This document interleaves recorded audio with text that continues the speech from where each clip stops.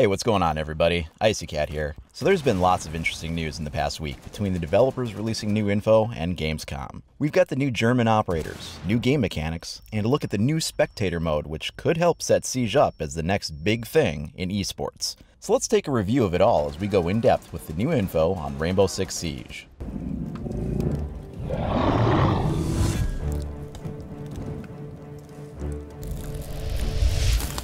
Just before Gamescom started, we got a release of lots of new information on the Ubisoft blog, giving the community an update. These guys do such a great job keeping us aware of things, and they really go above and beyond with information like this.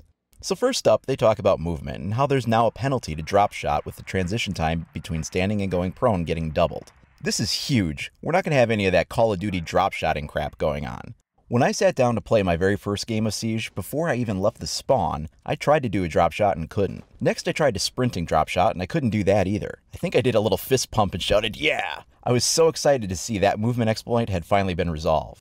Now if you want to go from standing to prone, you have a slight, maybe 2-second or so delay, just like it should be.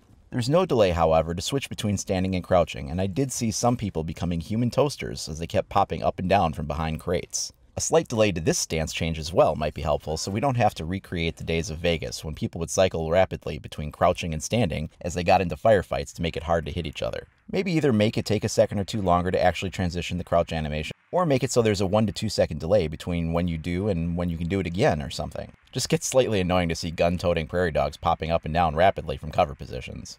Next up, we have slower strafing speeds. I didn't play around with this one as much, and now I kind of wish I had. It certainly felt slower than it looked in the alpha, which is good. I didn't try to shoot too much while strafing though, so I can't comment much on what happens to your accuracy when you try.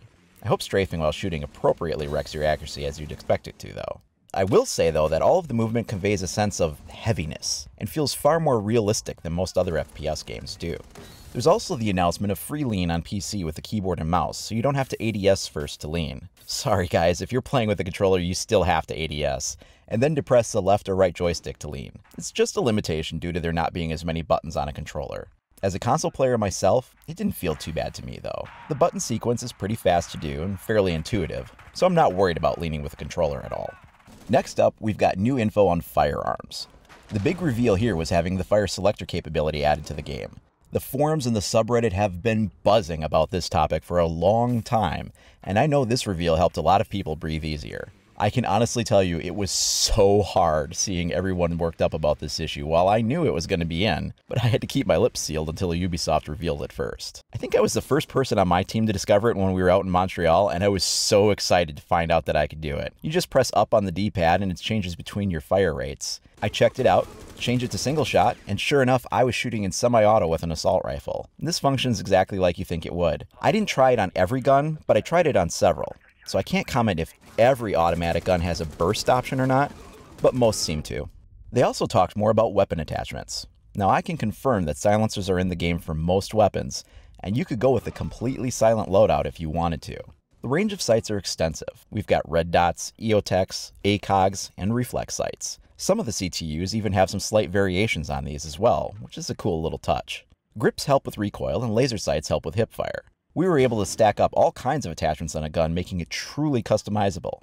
Not sure if it'll be that way in the final build, or if it was just set up that way so we could test them out. We'll have to see. All attachments were updated in both the in-game model and your menu model as well. They also let us know that teammate highlight illuminations were reduced by 50%. I didn't think they were too obnoxious as we played, whereas during the alpha they looked pretty distracting. I can see why new players would find them useful, but I didn't hate them as much as I thought I would either. That said, I do hope the final game will have an option to disable these to satisfy the many hardcore players out there who don't want all the visual aids. I count myself among those. Hopefully that'll also wind up including things like bullet trails, fire indicators, and grenade indicators. Kill cam was also removed for ranked games. Except for the match-ending kill cam, I'd be okay if this went away for other game modes as well, but that's just me. Also noted is that they're in the process of figuring out which options can be toggled on and off during custom matches. Personally, I hope they have lots of options so that players are as free as possible to play the game the way they want to, and truly make it a customized experience. One other big reveal was a kind of indirect one.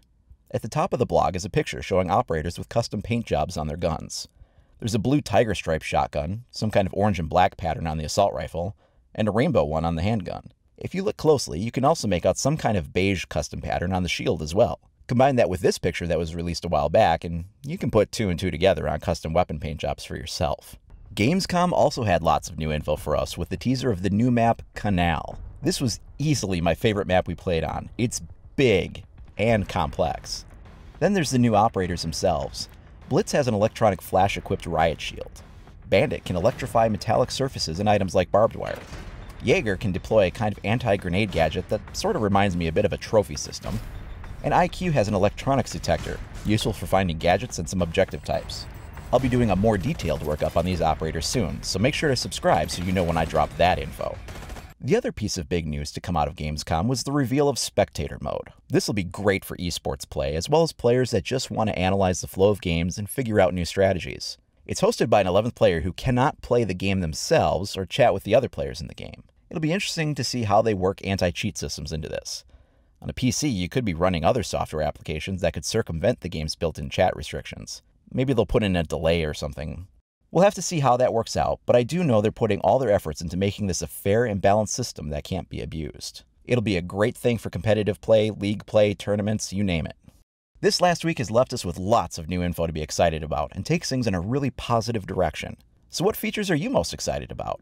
Share down below in the comments, or come on over to the subreddit or the forum to talk about it in more detail. You can find the links to those below the video. To stay on top of all the latest insider news for Siege, please like and subscribe. Thanks for watching. We'll catch you next time.